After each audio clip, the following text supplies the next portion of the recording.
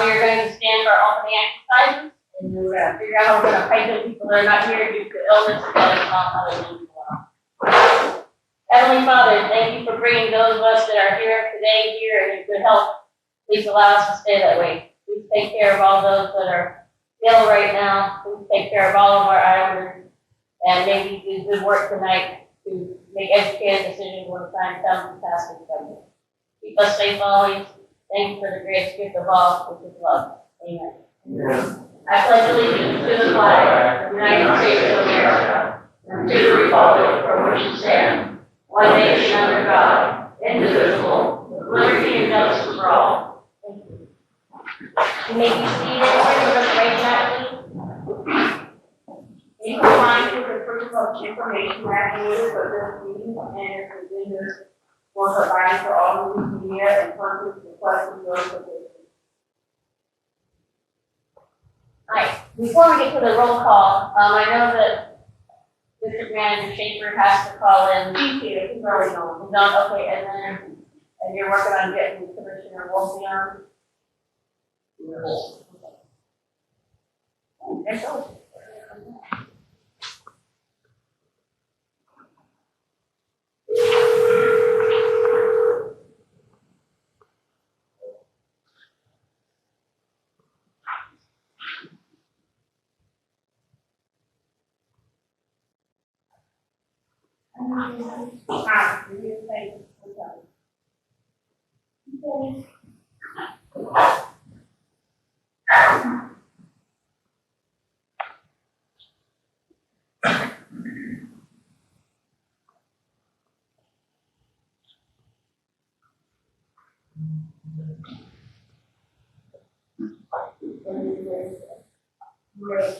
Okay, roll call, please.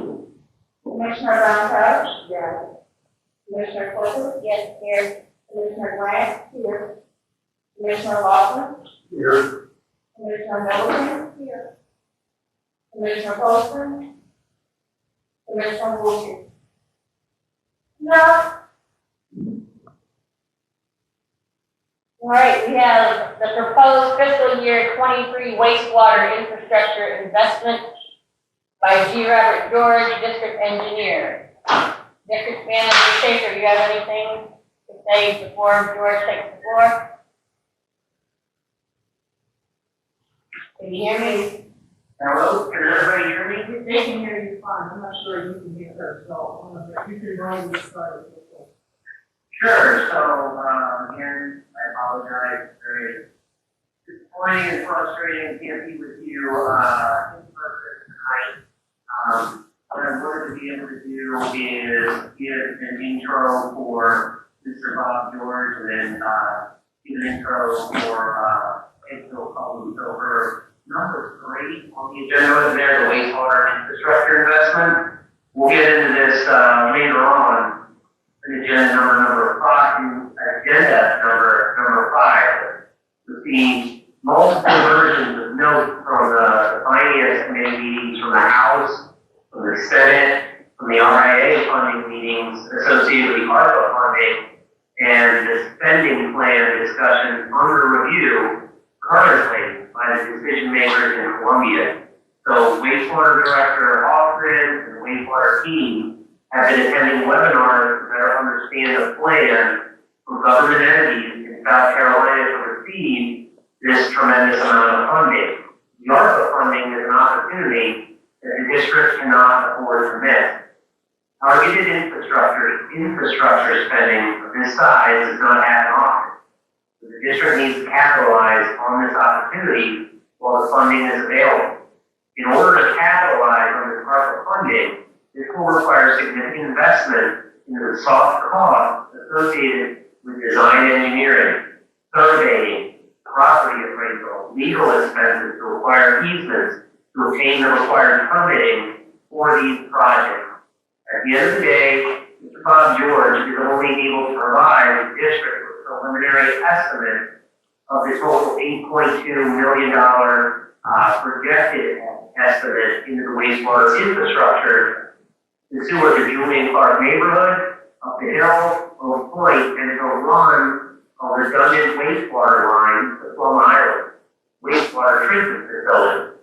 In order to get these projects into a position where contractors can competitively bid on doing this work, Bob George, the district wastewater team, district administration, and the district legal team has a tremendous amount of work to complete. And as you can see in the engineering task order, this is not work that can be completed quickly. October 2022 may seem like a long time away, but that is an extremely compressed time frame for the district to be able to be in a position to make extremely attractive project applications to the RIA in order to obtain the necessary ARPA funding. To give you an example, the district just had a Zoom meeting with South Carolina DHEC associated with the annual 319 project funding associated with the Julian Clark project, the proposed sewer expansion. So, DHEC, the DHEC team was asking specific questions as to how far along the district is with surveys, easement, permitting, design engineering. All of the tasks required to hook up residents to the JICSD wastewater system. Unfortunately, the district had to provide unfavorable answers that is still in the preliminary stages of conceptualizing this project.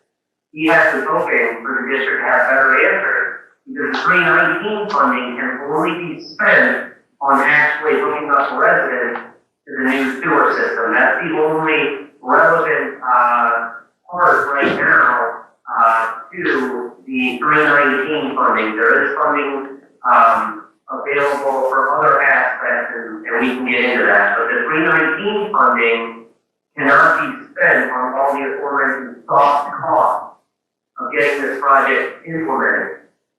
Bob George is here tonight to present to you the plans on how to take these projects from concept to reality. And my message to the commission is that the district needs to have much better answers in the project application for ARPA than we'll likely be having in the fall 2022. The district will be competing against the majority of other government entities all across the state applying for the same pot of ARPA money. So Bob George does work from Mount Pleasant Water Works, North Carlson Sewer District, and they're much bigger utility systems with much larger proposed projects that will be seeking its own slice of the ARPA funding pie. In order to have better answers for the RIA and projects that will be seeking, to compete for the district slice of the ARPA funding pie will take a significant investment on multiple levels. And that's why you will see large wastewater investments included in the fiscal year 23 appropriations later in the agenda. And so with that, I'd like to turn it over to Bob George to present a few questions from the commission for the next 20 minutes associated with these projects. So Bob, thank you for being here tonight. Thank you for having me. I'd like to thank the commission for the opportunity and opportunity to all over. It's not just anymore. The one thing that many did say that I want to deal with real quickly is I know I've got 20 minutes. So, one of the problems with these jobs, and y'all have all heard this word shovel ready. Really no such thing unless you have all the designs done, all the permits done, all the right of way easement acquisition complete. Because when the district, like any other agency, competes on the same level for other projects, the review agencies, they want to have something they can put their money into for a while, it has a high priority, but it's very, very much ready to go.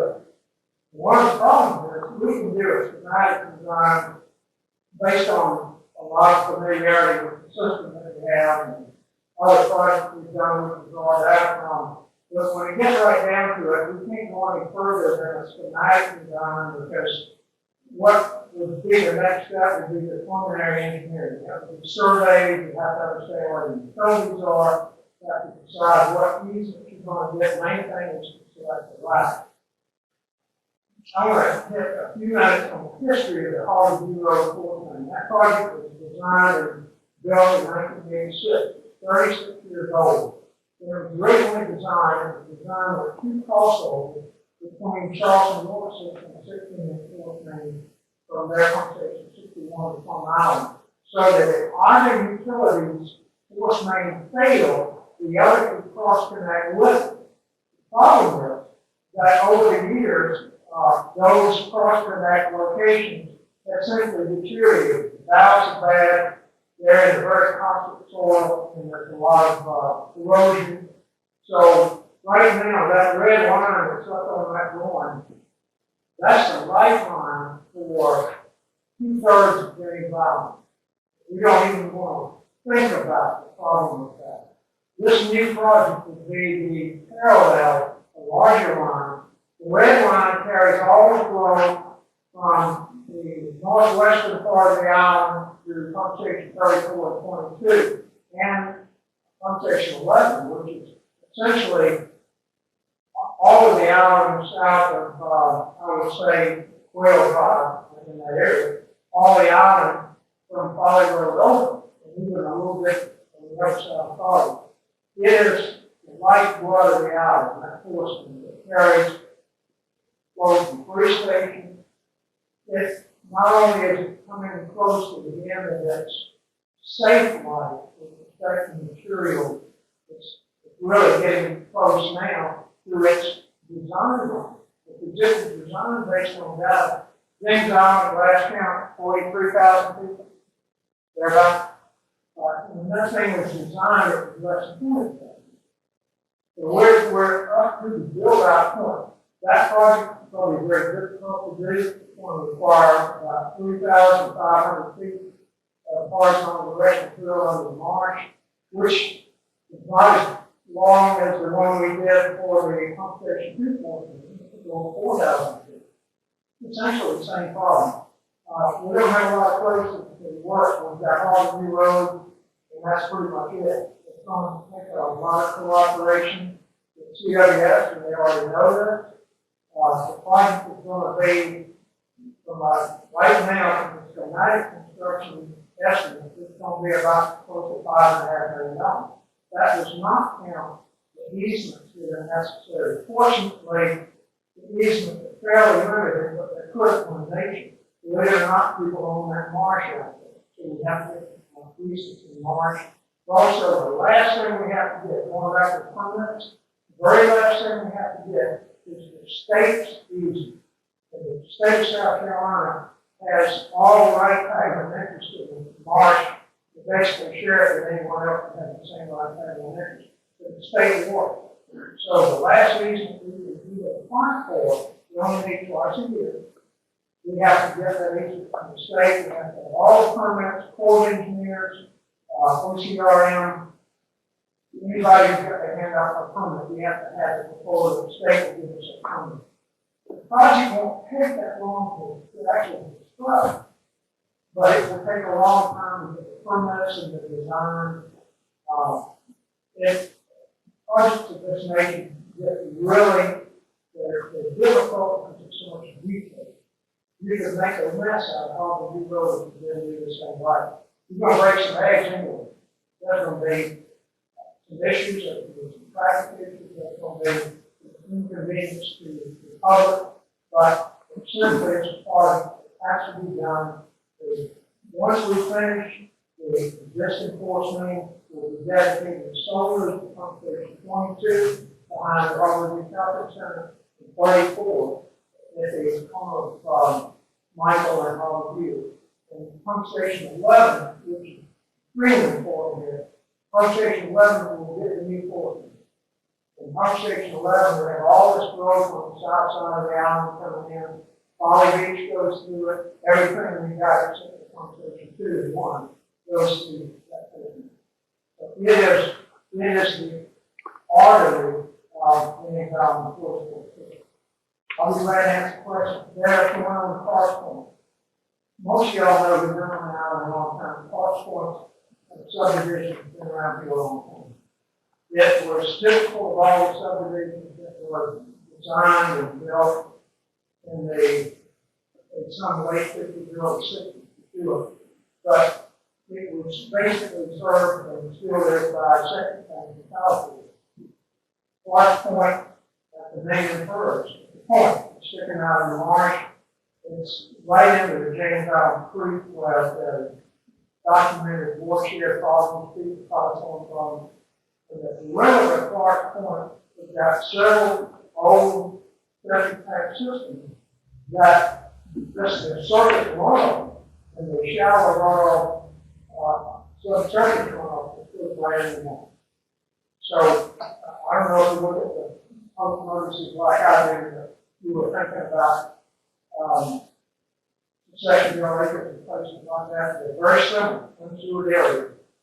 Anytime you have major rainfall events in the voice of season, except for one. Same sort of deal. Thankfully, you know, the voice of that project, one of the problems with it is the soil is terrible, the groundwater table is real high.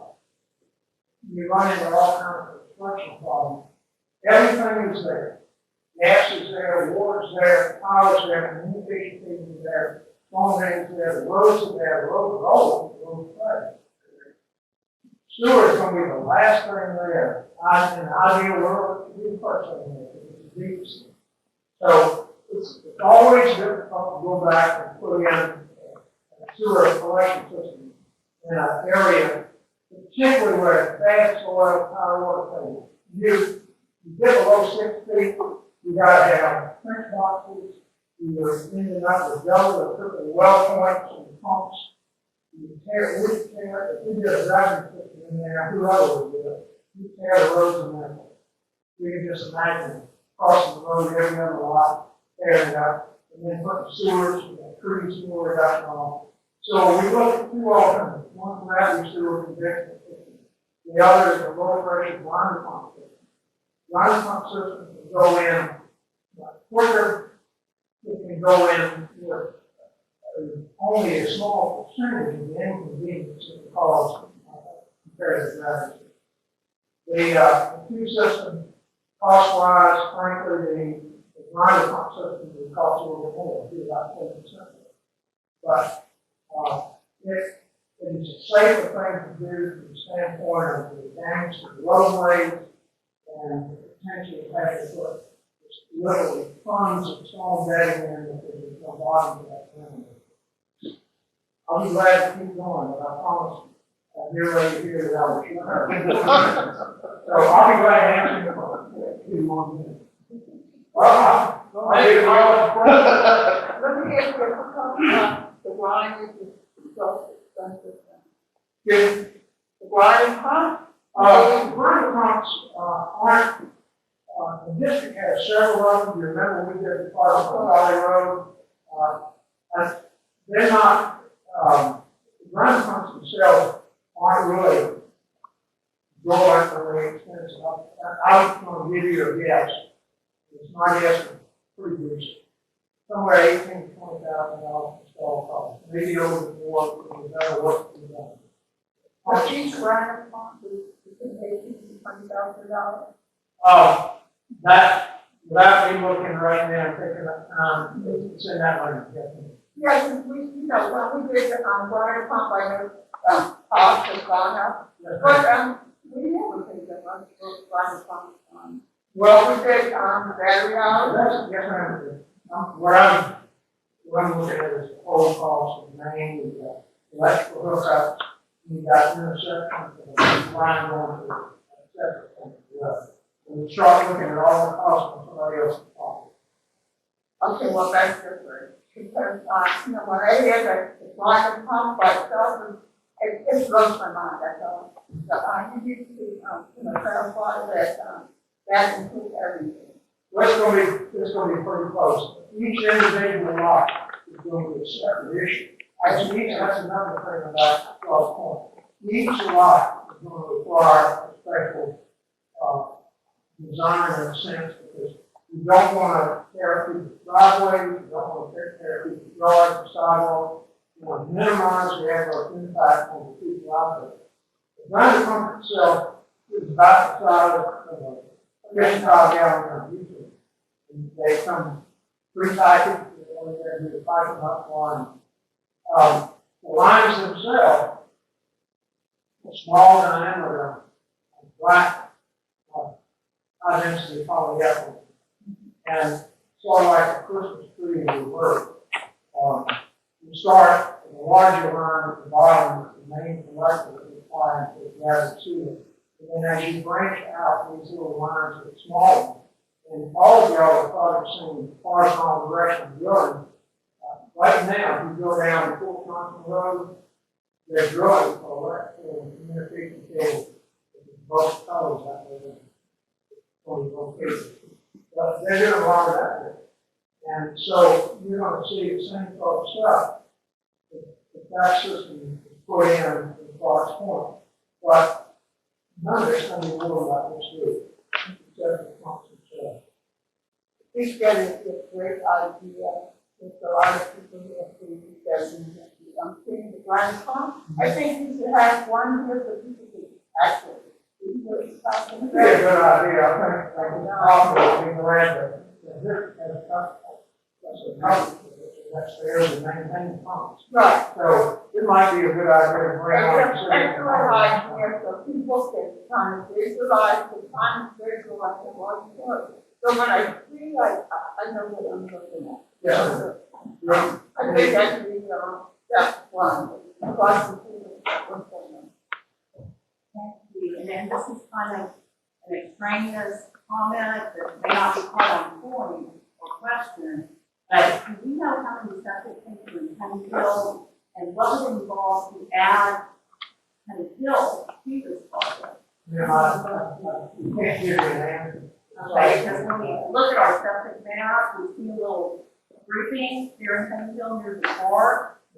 And since the data on the street is kind of sketchy and all over the place, it would be nice to get some folks in Pennyfield on tour as well. That's what we do. I will tell you why that point. And succession. Those three bases, Washington, right up secondary, and they were in the periphery of when the district was getting in the sewer business and building the pump out to the systems that we have. There are some areas of the town, isolated pockets, that don't have public sewer. There are some that simply, from the standpoint of topography, rather than sewer won't serve it. But only within surely the last 20 years, at least in the last 5 years, the technology and the expense of running the systems has gone down and it's becoming much more competitive. May I ask you about the Harvard New Harvard Road was named? Yes, sir. Does that serve any city possibly do a lot of love in that? So That's 2/3 of the island.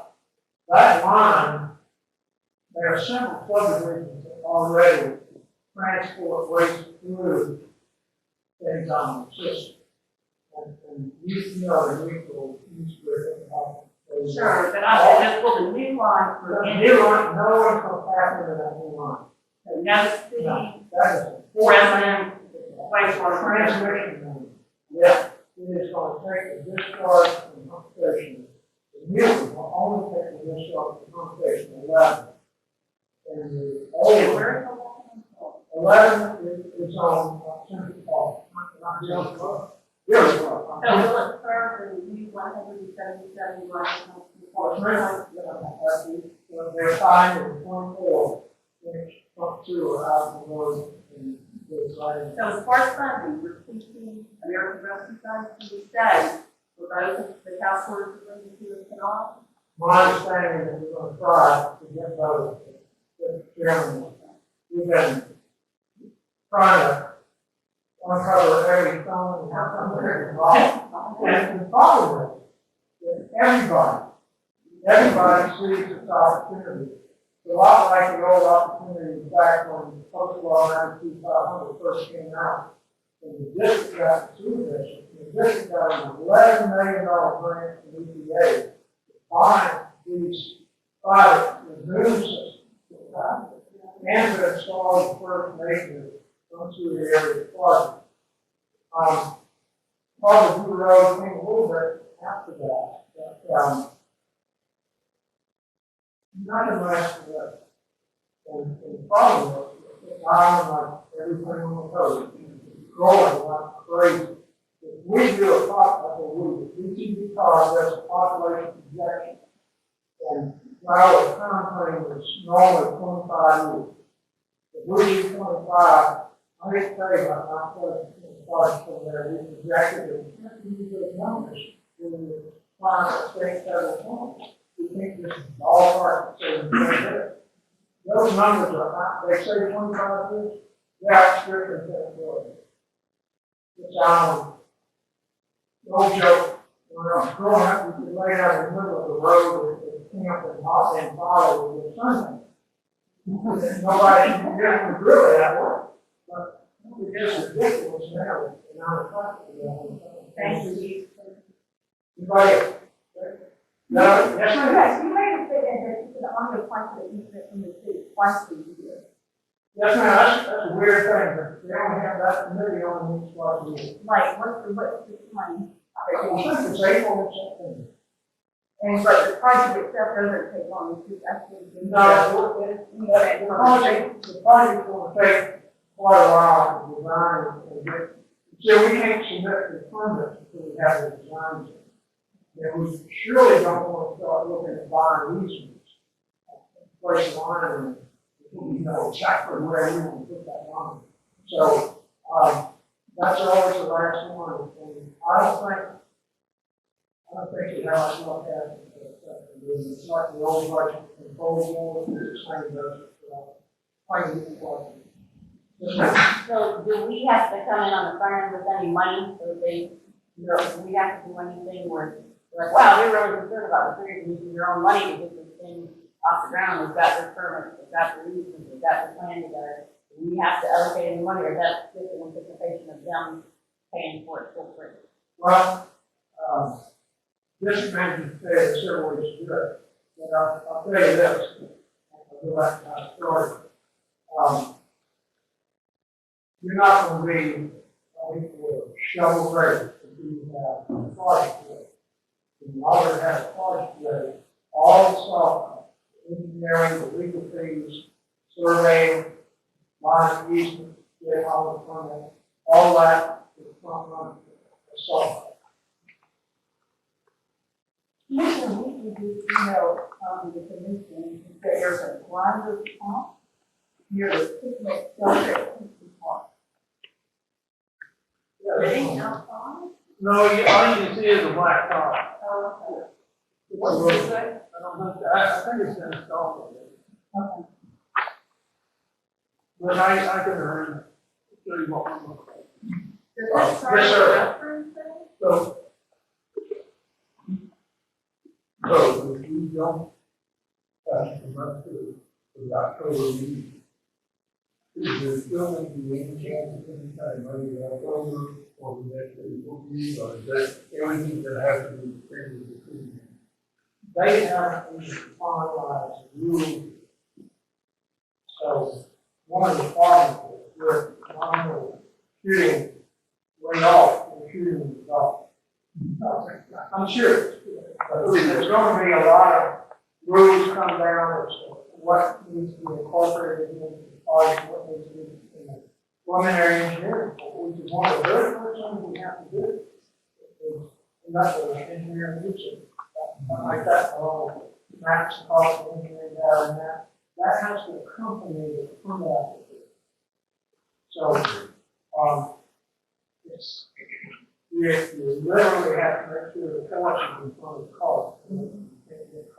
You have to prove to them that you have some project that, launch that. That's the one. Not so much. We just have to, I think, first from the district's perspective, proving what they can do has been done. I mean, the district has dealt with the state so many times on the SRF projects, the large pump stations, the large pool plants and all. The district has a wonderful relationship with the state. The fact that we have the state development pretty good relationship, better than a lot of agencies do accomplish that, which is very important because most of the time we're playing in the sandbox, we're playing in the state road. So a lot of, it's a good point to point out, but a lot of it is the reputation you get from executing part of the problem. And they know who's the problem, they know who's not.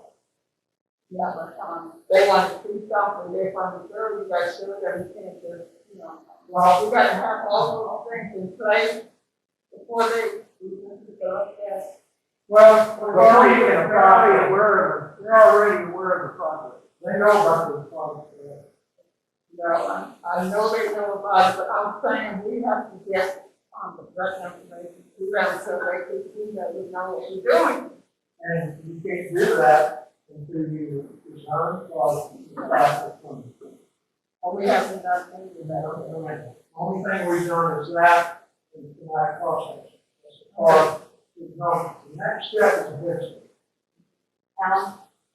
So, for us, the only thing that we need to do is give a stamp of approval to do the project, and get out of the way. No, For us. I will tell you that y'all have a very large conflict. Y'all's responsibility is over that. Anything that any consultant can do, or anyone working for this, you gotta hire competent people, you gotta, to some extent, get out of the way, let them do it. But, when I was in the commission, I remember the old something on a long time ago. So we can, what we need to do is recommendation to staff. Kind of roll around and things that are made and they go through it. Whatever the conventions and such is. I would basically get the right people and then stay on top of the next person done. Right. Here, I've got a question for you. Dave, you with us? What, I'm sorry, what was the question, if you could repeat that? The question is, if we make a recommendation tonight out of Ways and Means, would we be looking at voting on this at the February regular meeting for the $313,000 and the $433,000 for design costs for Mr. George to start on this, after the regular meeting? No. Okay. So this is for informational purposes, that the commission understand, an estimate, the projected, as far as what it's going to be. Obviously, this is included in fiscal year 23 appropriations. We still have, we had the initial discussion on fiscal year 23. Capital item, the 18th of October, tonight is the second discussion as far as the fiscal year 23 appropriations. We have another one scheduled for the 14th of March. So it would be, we want to be working with the town to be able to, obviously they pledged the initial $1.8 million to be able to start this project. And so we want to be able to work with the town associated with, investment in these soft costs. So they understand what we're doing with this money as well. Okay, thank you. You're welcome. That's it, thank you.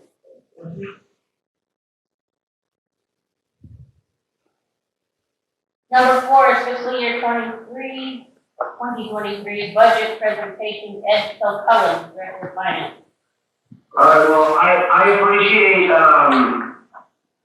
Bob and, his thoroughness going through this and fielding questions. Obviously, very important concept to be able to communicate. What we want to do, for the fiscal year 23 budget presentation, I sent this out as, kind of an introductory for Ed.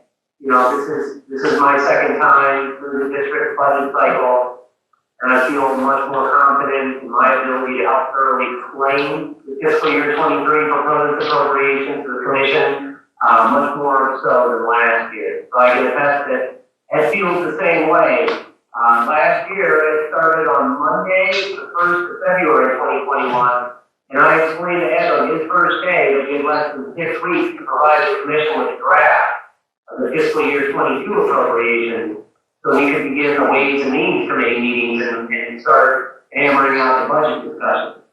The year before that, Jim Driscoll had to instruct the aircraft well in flight for the fiscal year 21 appropriation because of the turnover in the district administration. I'm explaining this story to you so the commission understands why the budget document for fiscal year 23 will look much different than the previous year. I wanted to go at least one time through the prior budget process the commissioners are accustomed to before making changes that make a lot more sense to me as far as the budget process. In the years past, the district has not provided the commission with monthly reporting detailing the revenues and expenditures for each line of each cost center within each fund. And I want to thank the leadership team for all their efforts to get the fiscal year 23 proposed appropriation to a point where we are now. So in the past, the only time the commission was able to see the level of detail for the financial information was within the district's annual budget document, but unfortunately, it was only a single snapshot in time. And the district has changed and improved its financial reporting practices to the commission, and this is an effort to become more transparent on all the money flowing into the district, as well as all the money flowing out of the district. And so commissioners will notice that the fiscal year 23 proposed appropriation, we will discuss more debt service, principal, and interest payments than you're used to seeing. The commissioners will also note that in fiscal year 23, proposed appropriations now have the estimated cost of wastewater projects included. In a very similar effort, the commission will notice a proposed significant investment in the district's signal point facilities that we'll talk about. So the district has been working with the city of Folly Beach to ensure this is a joint effort between both government entities that share the signal point complex. And within an industrial park is where an organization like the district lives. And we have to invest resources in the signal point complex to ensure that the services can continue to be provided at a high level that our residents have come to expect. The budget ordinance will now be a budget resolution. And the district's annual budget document will be presented to the commission in a much more concise document. It is not a coincidence that the fiscal year 23 proposed appropriations are presented to the commission in a similar fashion to the monthly financial report. It's important for the commission to see monthly financial reports that mimic the annual budget document. This makes the annual budget process more understandable to the stakeholders. These are just several enhancements that Ed is going to explain during the presentation. So the commission should understand that all of these efforts will enhance transparency so the district's governing body and decision makers have a better understanding of the big picture of what the proposed fiscal year 23 appropriations mean for the district's financial position moving forward. The meat and potatoes of the fiscal year 23 budget comes down to the revenues and expenditures detailed by fund, function, or department cost center, and object codes each category of revenue and expenditures. It means Ed is going to provide you with a high-level overview of the fiscal year 23 proposed appropriations before we get down into the weeds of comparing the differences between line items for fiscal year 21 actual amounts, the columns of fiscal year 22 budget amounts, and why there are differences for the fiscal year 23 proposed budget amount. So please let Ed get through his presentation before we get into the specific questions from the commission. Please write down your questions as we go through the presentation, and Ed has a tremendous amount of information to provide to the commission. We will give you answers to your questions. You can also email me your questions directly so so that we can come back with answers at the next Ways and Means Committee meeting on Monday, the 14th of March, 2022. Back here at 6:30 p.m. if it requires some research to get back to you. And with that, I'd like to turn it over to Ed. Thanks, Dave. Good evening.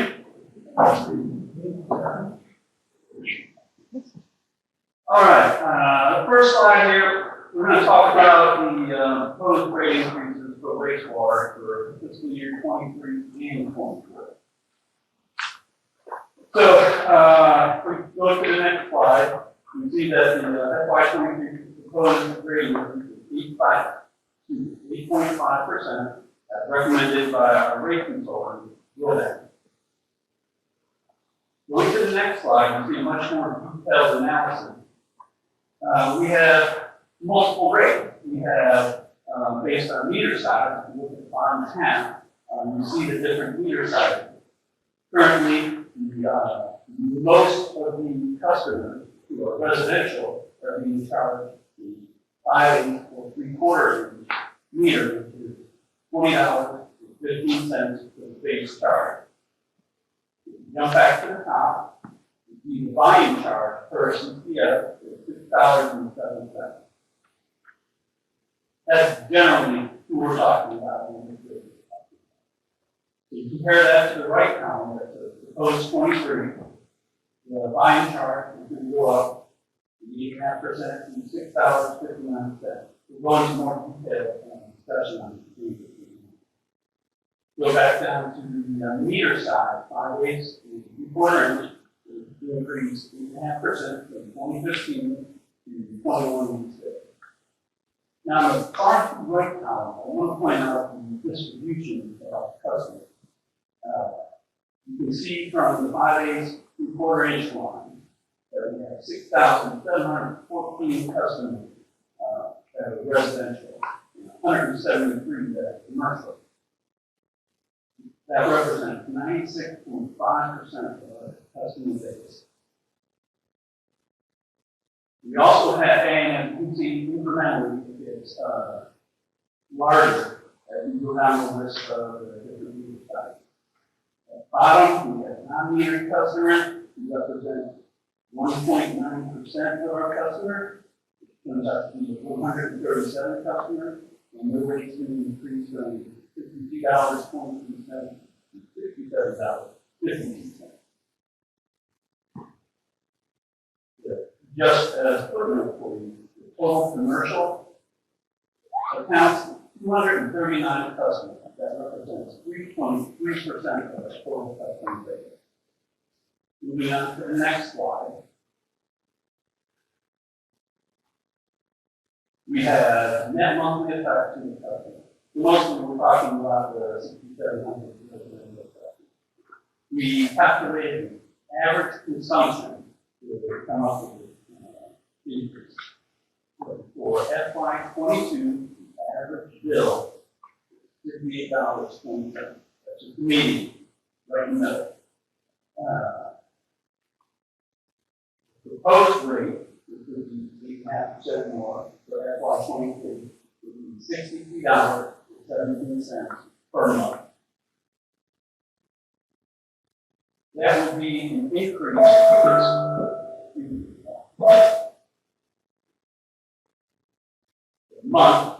monthly average charge of $63.17, an increase of $4.97 per month.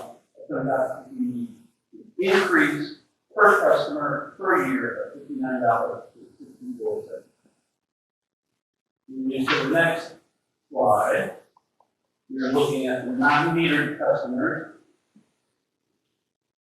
and that was just simply, there was no estimates that had been calculated. We just looked at the flat rate and increased it by 8.5%.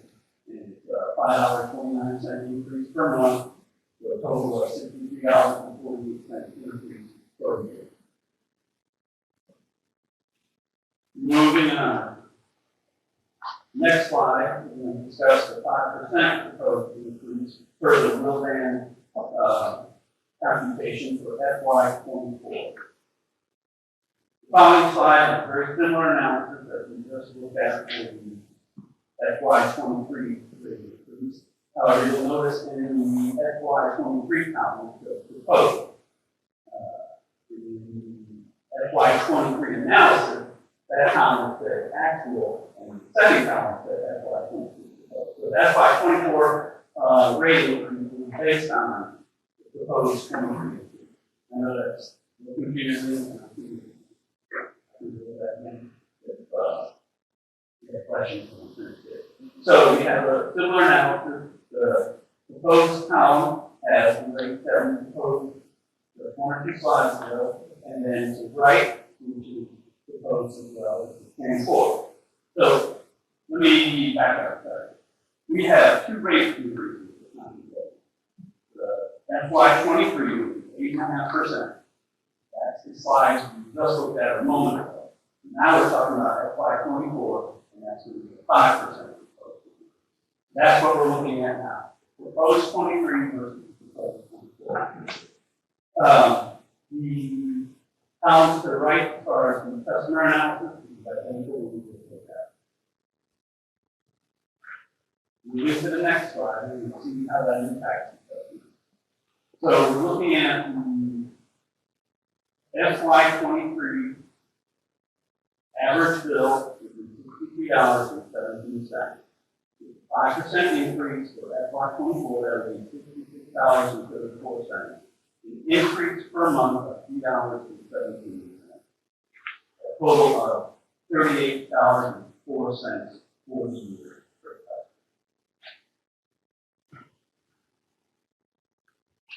Same to the non-meter, we have to do the estimates on consumption to change the rate. So $67.52. Increased it by 5%, $70.90, $3.38 increase per month, which turns out to be $40.56 increase for the entire year. Anything I can answer regarding the rates? I have a question on the talking about are the new sites going to be new customers? You're seeing right now, already, yeah. But I mean, The only people not metered are people that are on the well. Those are well cut. I mean, I just mean, I was wondering which category that's falling into. Yeah, the meter. In that, same size, but the 5/8, the 3/4, yeah, the 1. Probably 3/4. Most of them are search here. The big one. That has nothing to do with the sewer. That has what kind of water line going into the house. That's the part going on into the house. So the bigger the line, the more water it carries, and the higher the bill.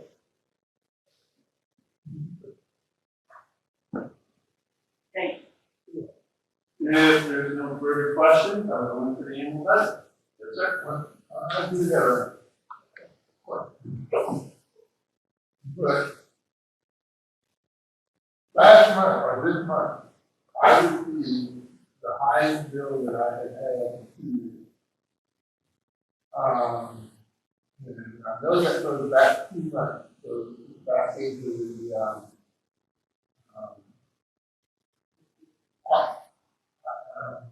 October, November timeframe. Anyway, these numbers come out, and they sound great. $6.40, $4.97, something like that. But that's going to have to be based on the number of CCF that they're using is pretty much consistent all year long.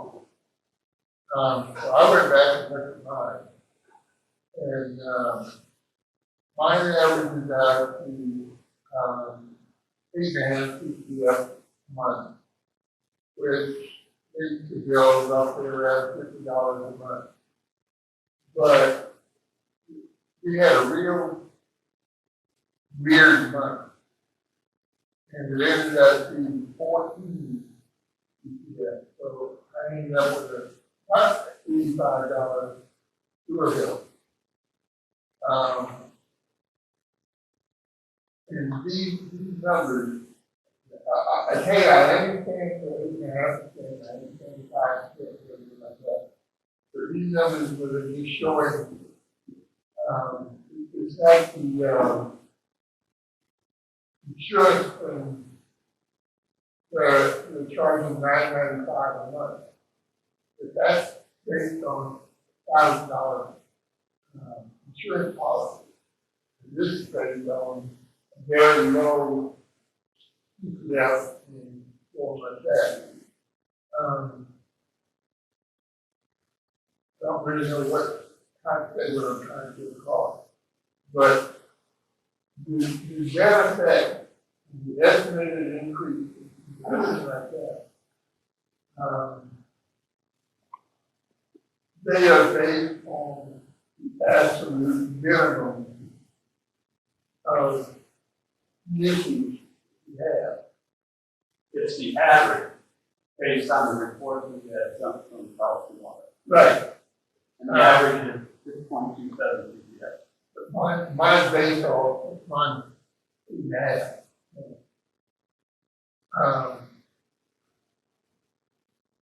When we take our vote, we need to make sure that it's not a static number we're playing with. Because some months it can be real high, some months it can be weak. So I understand it. And what I've read so far, I'll be going along with it. But I can tell you, it hurts in the pocketbook. We need to make sure that we are able to explain in great detail to the people that we represent this thing. When we start talking about these increases, especially in the fact that last couple of years we've had some increases there too. So I want to warn the community, not warn, but alert. We're going to need to be real good at explaining what we're doing. That's all. And to that point, Joanne, more so than me, but the two of us, when we agreed to this last year, we did have a lot of good work. We went and explained to them how we rate consultants, debt, capital construction consultants, internal meetings here, internal meetings with staff. Perhaps that softened a little bit, some people were receptive to it than others. One thing that would really help me, I know, is if you have something you give to me that has a bullet point that I can use to talk to the people. So I just basically we're informing us tonight that it's an average of $50 for a year of 23 and 40, so an average within the next 2 years of $100. Is that correct?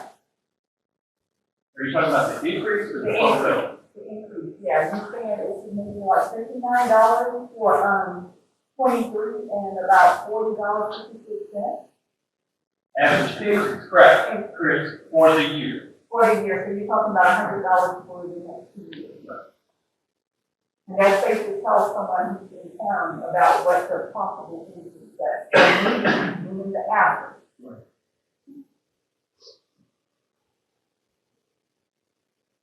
All right.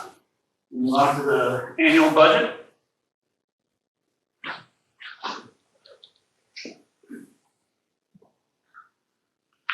All right, the first slide would be the general fund. All right. So on the first page, we're going to be looking at revenues, which is dominated generally by tax revenue. A little bit different this year because of what they indicated by reporting of revenue expenditures. We had reassessment 2 years ago, so numbers have changed a little bit. We're not going to see a big increase in revenue this year, in part to inventory, so prices aren't going up that much. inventory of homes. So that's beginning to stabilize. So if I can step back one quick second, to tell you about my methodology for budgeting. Revenue is king, got it? So when I look at the numbers, I try to come in conservative, in hopes that it surprise to the upside. And what that does is it keeps collar on expenditures.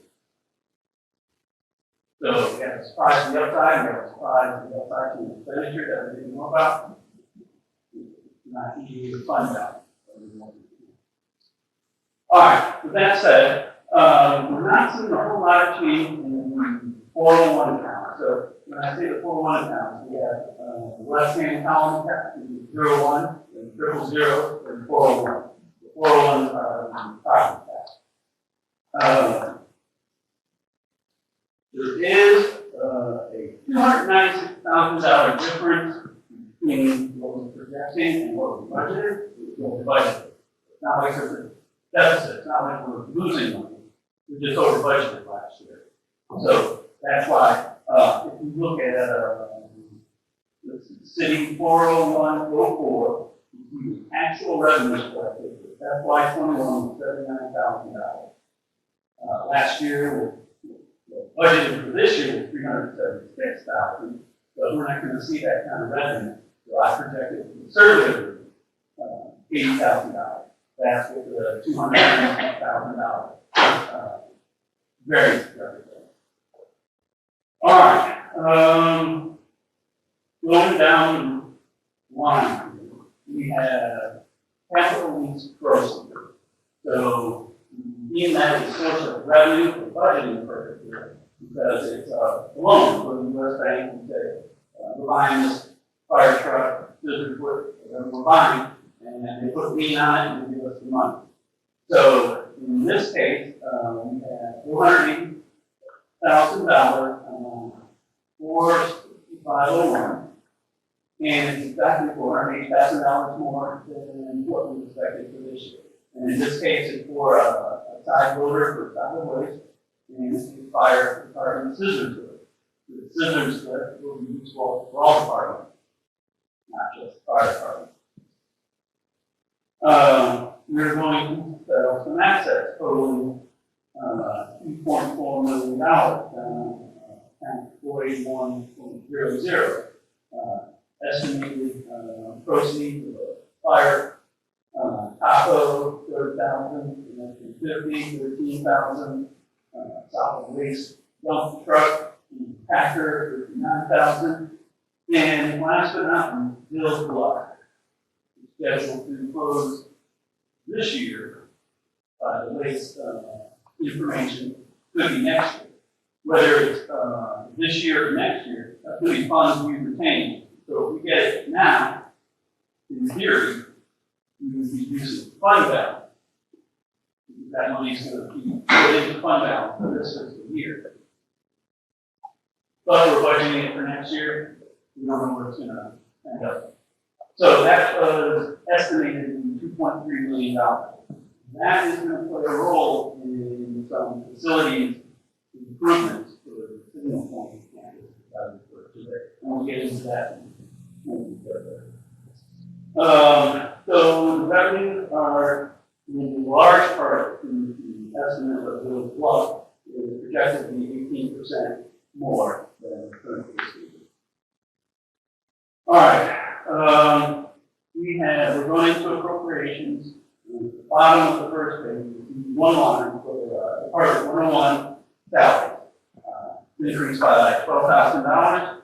What's baked into this is a 3.2% merit increase and a 2% cost of living increase. So you're going to see throughout, we have a 3.2 merit increase and a 2% cost of living increase baked into the salary. You will see this as a recurring comment throughout all the departments that I refer to. All right, and that, of course, will be part into phasing out the OPEB program. Free up some money to be invested in employees. All right, going on to the next slide.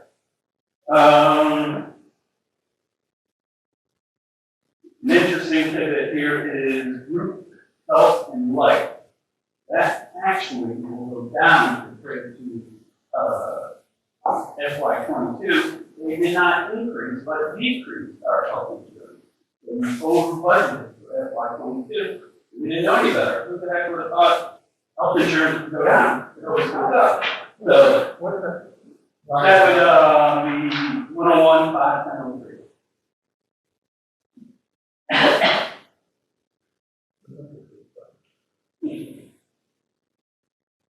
So you'll see that it's a decrease, we're protecting the decrease of 1.3%. Excuse me, 4,000. All right, so another common theme here is the next couple lines of retirement, workers' compensation. There was some change in allocations, some small percentage changes of personnel being charged to different departments. Part in rounding, part in error, so we corrected that for this budget. So you can see it down here and up in the other. You want to go down to account 51401, commissioner's expenses. This is going to be down to $12,000. That's because we are reallocating expenses to the proper accounts. The legal expense is not being charged to the commissioner's expense. We're charging it to the legal account. So when we get to legal, we're going to see that expense go up compared to last year.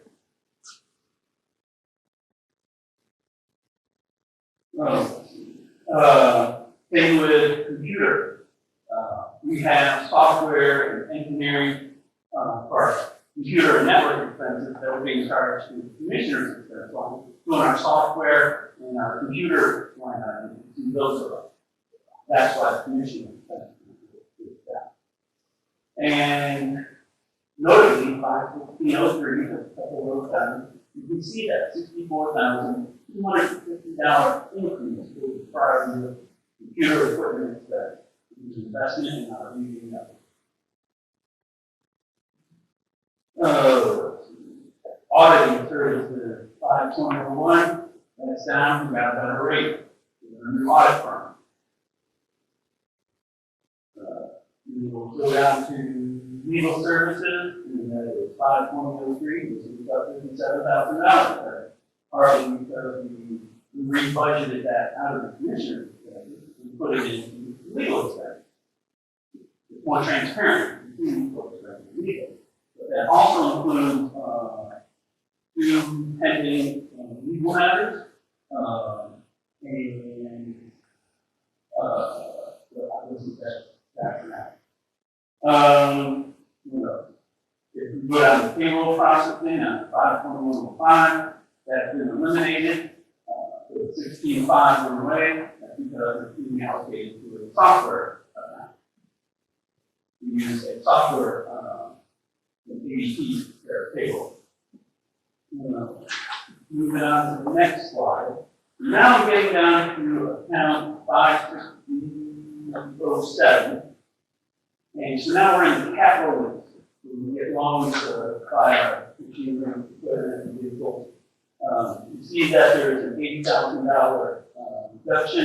That's because that money is paid off. In total, for Department 101 General Fund, an increase of 2.2% in total. Less than the rate of inflation. Moving on. Okay. That's $36,000.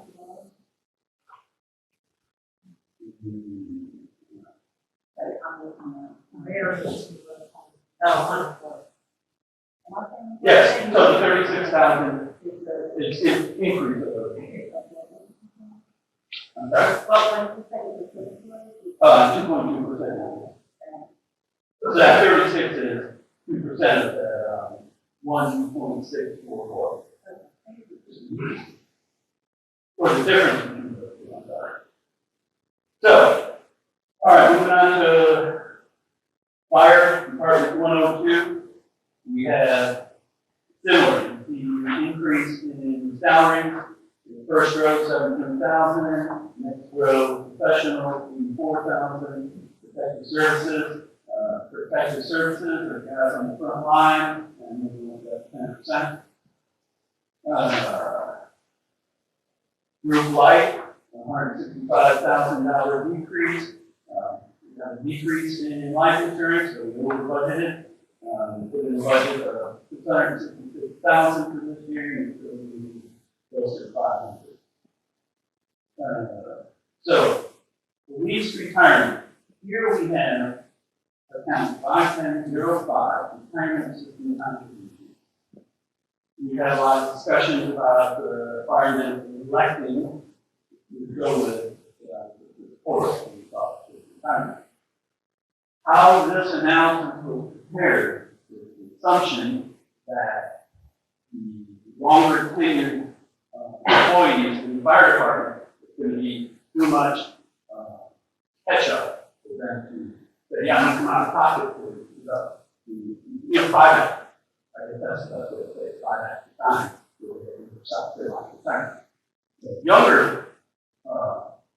firemen, they don't have a lot of time, so it's going to be, in theory, easier, or more interesting for them to buy back that little bit of time than before. So that's motor.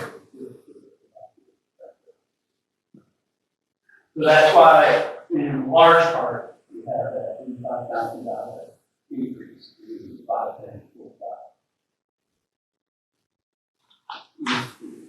Moving on to the next slide. We have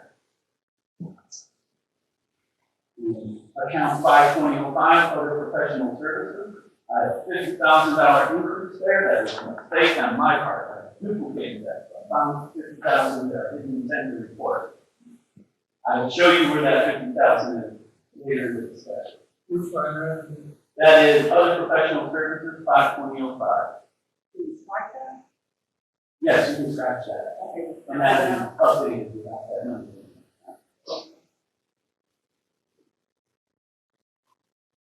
All right, moving on, and I know I'm going through this, so feel free to stop me anytime. All right, now we're getting down to capital equipment. So if you will look down to line 5.2, 53602, building improvements. The fire station number 1 needs a new HVAC system at one side of the building, and that's estimated to cost $16,500. We also need a storage shed at that location, estimated to be $7,000. We also have fire station number 2 planning, design, and legal of $85,000. $50,000 of that, I just told you I used it. So this number, the 1085, is a good number. I'm leaving the next presentation with $50,000. All right, 53607 machinery equipment. We have an increase of $1,977. This is the scissors split I referred to earlier for $12,000. Capital needs. That'll pay us the $12,700, and then we'll pay out the $12,000 for the scissors split. Same thing with the storage split. So that's $12,000 plus $6,000, the $18,700. Moving on to 103, which is fleet. They have the same salary and benefit story as the other.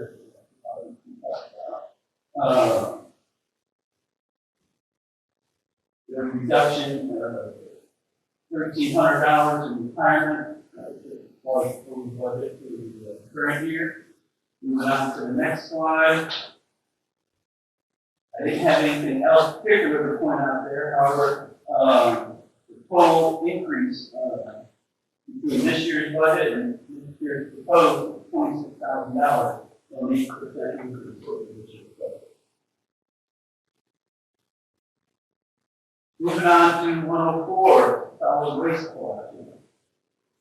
Same story with their payroll and benefits. Life insurance increase.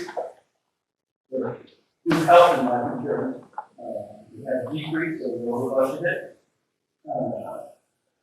Moving on to the next slide, we are going to look at 104, 52405, employee relations and benefits.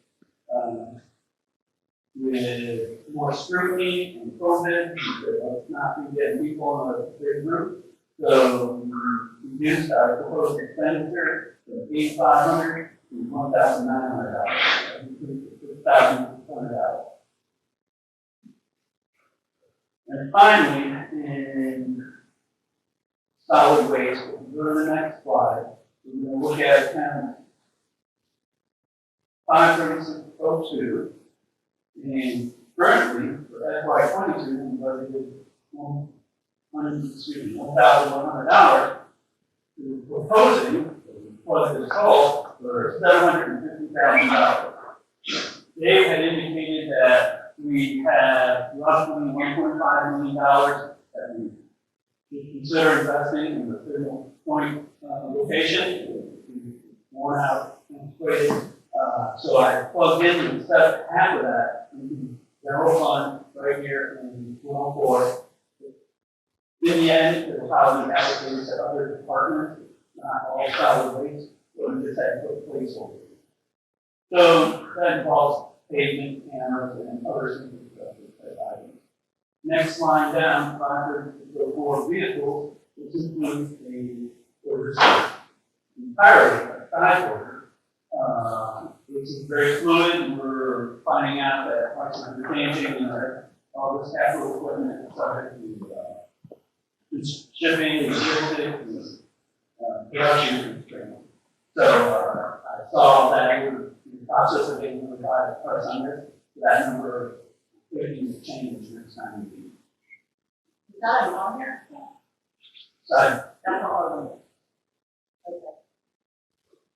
all right, so we're You said that the vehicle thing has changed, right.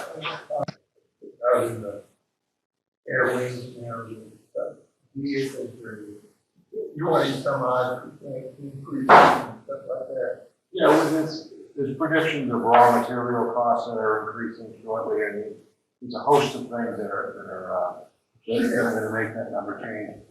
You know, an estimate used to be good for what, 90 days? Now they're good for 30 days. Things are changing quickly. Well, tires are going up Yeah, quickly, everything's going up steel. Things going up. The other thing is thank Washington for, okay. Okay, so keeping in mind $750,000 proposed increase into Signal Point, $468,000 side order, in total for solid waste, we have 58% increase in this year's budget, a total of $1.2 million increase. I'm going to move on to Fund 2, the wastewater fund, unless anybody has a question. All right. So, just like the general fund, we just reviewed, we start out looking at revenue. And at the very top, you see that we have projected it to be $5.7 million. We released that representing an increase of $653,000. And that increase ripples down. So not CWS customers transportation, but Palm Beach and CWS full charge also have a 8% increase. Now, before I go any further, we need to see in the far right hand column reference to the 5% increase. Header of that. So all the expenditures, for the most part, so revenues are projected at 5% higher in that far right column, so FY24, and then all the expenditures are estimated. So I just want to point that out for the confusion. I'm going to continue down the column that says FY22, 8.5%. All right, so most of these other revenue lines, really all of them, besides the ones I just discussed, are not subject to the 8.5%. So that's just, all these numbers are based on trend analysis. I will point out that non-payment fees accounts 425.08. That looks to be $85,000 to the positive. We recently revised the ordinance and put in stringent policy. We in prior meetings, we talked about the large amount of debt here accumulating. So we're proactive actions, many discussions with Joanne on the front line. We talked about ways to cut through the dissension with the folks coming in with us, and we have great staff. We have people that can really, we talk them into understanding what it is. So we're very fortunate with our customer service staff. They do a great job. Let's see. As we slide down to account 465, the next two after that, that's what we discussed. So SRF loan, capital lease proceeds, $170,000. This is where we're going to go out and get the loan from the U.S. Bank and use money to pay purchase equipment. In this case, we get a utility truck, a crane truck, and a generator.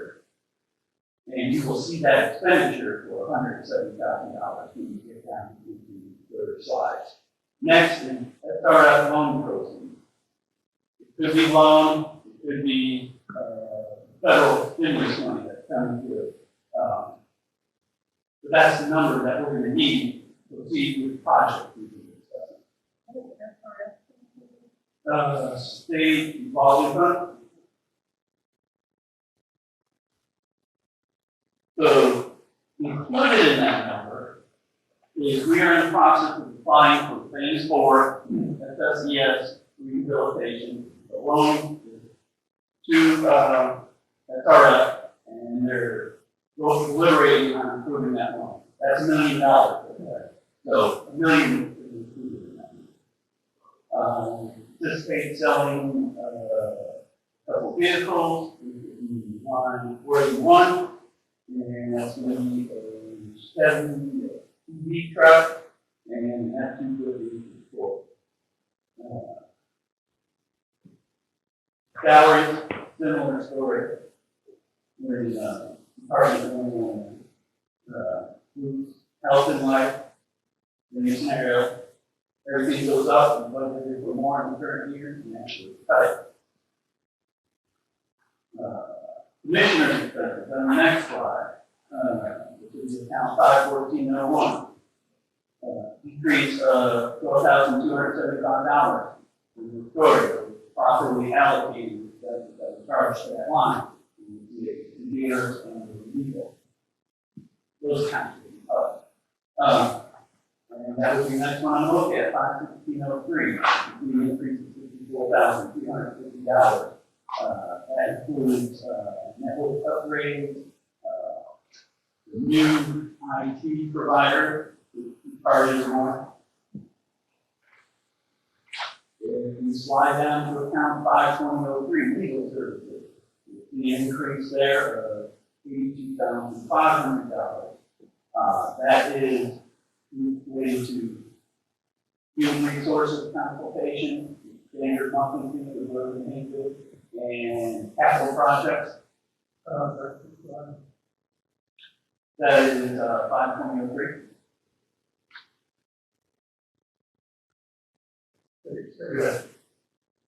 So what we charge there is legal services, really pay good for human resources, the monthly fee, the 10-year, and consultation on capital projects. If we slide down to 5.105, the payroll processing, decrease 100% because we're using the software that we're using available. Bad debt expense, 521.09. That's an estimate. That's an accounting estimate. That guidance by general executive accounting principles, how we determine that at a year-end calculation. So you're not going to know that number for kind of score. Slide down to 52402, training and development. We have increased to $9,800. One part of the COVID. We want to sit in a room with a bunch of people. We go down to 53602, building improvement. This is counterpart to $750,000 that we saw in, the solid waste budget. We both have $750,000 in it, only we have an additional $50,000 that we need to use to put on the roof on building 7.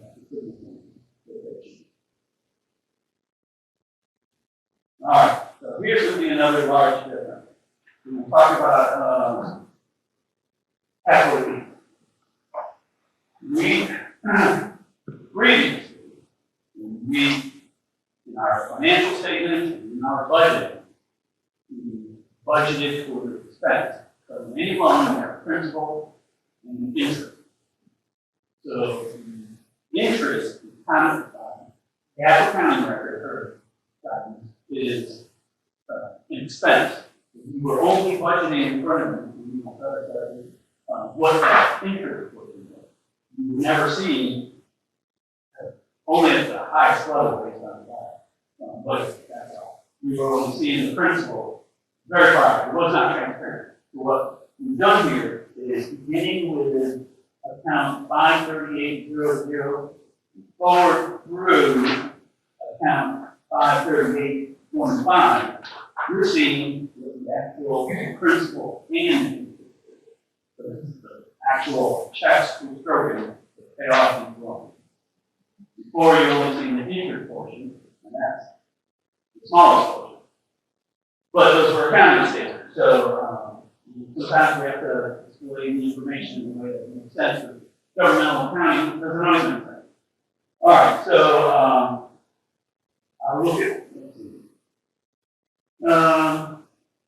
So as you can see, let's start with 53002. You can see that in 21, we spent 13,000 as principal was paid down, and that was just interest. So we can say that in 21, we were only budgeting for interest, right? So this 13.3 is just the actual interest that is spent. In 22, this is just interest, 11,508. I added in FY23 the principal. Now that comes into the bank. The action 27,000. So it's fairly large difference. So that is the story through all of these 538 accounts.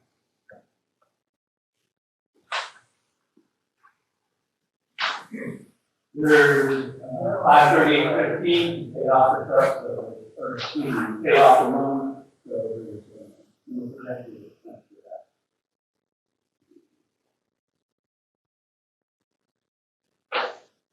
And I didn't have percent change. All right, so that was Department 1, administration.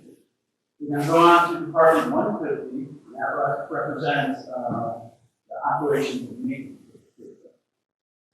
The story was the payroll, insurance, hiring system. Roll down to 51603. You see that there's $70,500 increase, which represents iPad upgrade, 5G, and purchasing 2 computers. You go to the next slide. You will see software licenses in account 51802 actually went down, and that's because IT services are in there. So we need to use that in computers. So we've done a lot of cleaning up of how we are projecting expenses or categorizing the expenses. All right, building maintenance. That would be 51902. That's actually gone down, and you would think it would be talking about significant. However, we captured a lot of that in upgrade, investment that we need to do. All right, I'm gonna slide down to account 53501. This is fine.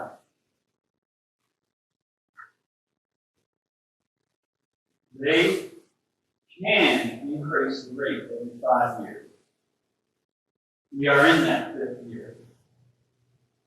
We have not received the 90-day letter of intent.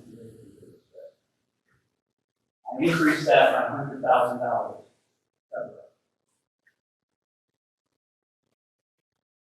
Slide down to vehicles, 53604. We were back up from that. Considering one of the things we did, we talked about was the new meter they put in. Is that, do you think that's going to cover? We're within 2% now of their meter. We're within 2% or less than 2%. So both meters are reading the same now. For the most part. Really?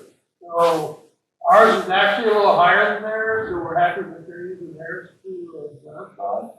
So we're in good shape that way. This will cover it. Oh, yes, it should. But if we have a hurricane or something like that come through, all bets are off. That should, yeah, that's why we increased that amount to cover that difference. Yeah, but I was just talking about, it was a huge disparity when they first put this thing out. Well, what, I don't want to do a lot of detail on it, but their meter was going bad, and so their meter was reading much lower than our meter. So they got new meters, and put those new meters in, which kicked our costs way up. So I said, well, I better check our meter. So we checked our meter and put ours in there, and so they're both reading about the same now, which is good, so we have verification that we're not being overcharged. Thank you. All right. So we'll slide down to vehicle. And you see that we have a 55,000, excuse me, that's account 53604. And we have $55,000 increase over last year. And that's due to the purchase of utility trucks and training trucks. Generators, line 53608, we have projected $41,000 to purchase one generator, to replace one at pump station 16. If we go down to SRF projects, account 536 we have an increase of $14,836, $360. That is the project. 14 million. Yes. $14,836,360. Okay. So that covers phase 4 that we just applied for. That's our, that's pending, that's $1 million project. Then we have the 2 big projects, that we were talking about getting the money from the state, for the policy.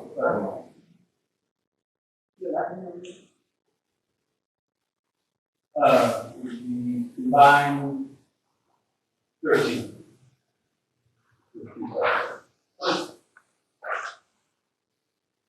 Yeah, it's a percent between there,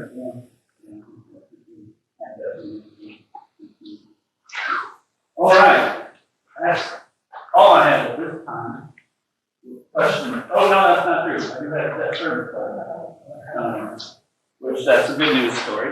I'll leave that at a very high level. The total estimated revenue, $868,000, that's no millage increase, increase in revenue of 2.8%.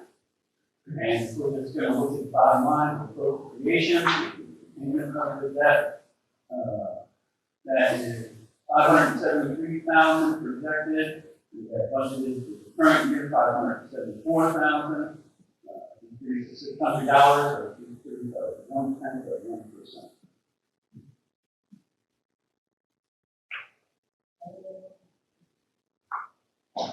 I would like to point out one thing, if you look out at accounts 56012 and 56013, you heard me a moment ago mention budgeting principle and interest and not budgeting principle. So when we were still in the process of correcting that, so in account 56012, we You have one? yes. So in 21, we spent $755,000. And that down is principal. So, budget is $551,000 for this year. For FY '23, I have $345,000. And much of that reduction is due to the next line down, we allocated the interest of the $192,000. That's a little different than what we did in general fund, and we feel this an accounting principle concept.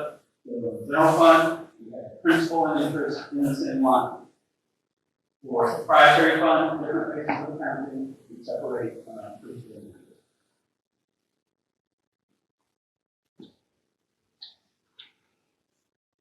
That's the last one.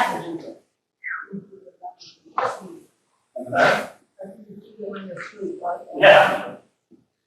Thank you for your hard work on the presentation. Sir. Informational items. Number 5, informational items, Dave Shaver, district manager. So what you'll see in there, the informational items, what I was trying to be able to communicate to the commission is that there is no final action right now has been taken on the state's annual budget or the spending plan for the ARPA funding associated with the infrastructure investment.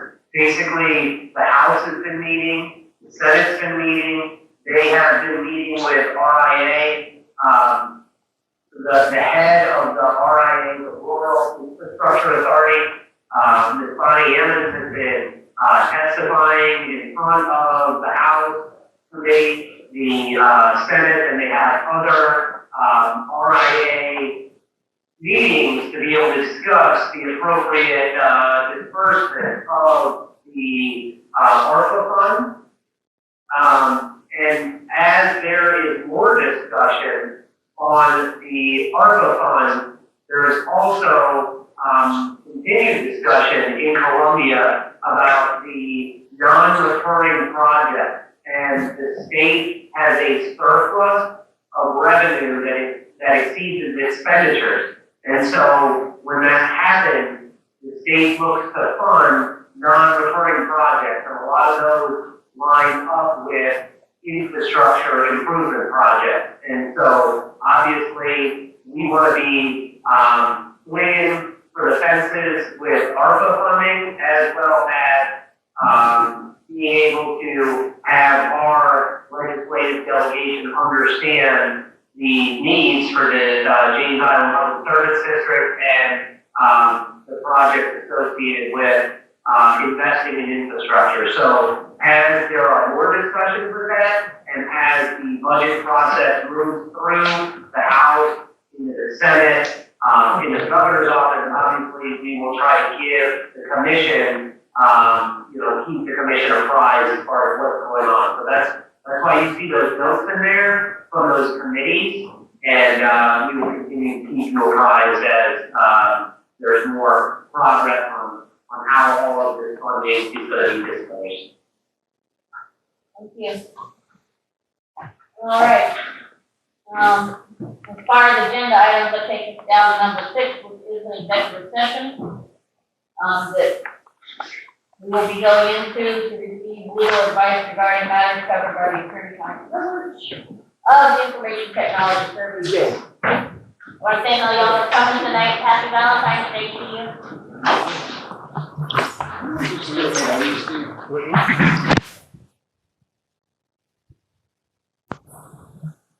Coming out of executive session, no action was taken, but I would like to make a motion to adjourn this committee meeting, and Commissioner Ahmed Brown Couch should second it, and I think we are going to have any discussion. Motion. Well, It's happened before. Commissioner Bronco? Yes. Commissioner Cooper? Yes. Commissioner Grant? Yes. Commissioner Lawson? Amen. Commissioner Wilson? Yes. Commissioner Wilson? Commissioner Wilson? Okay, meeting is hereby adjourned. Happy Valentine's Day. All right.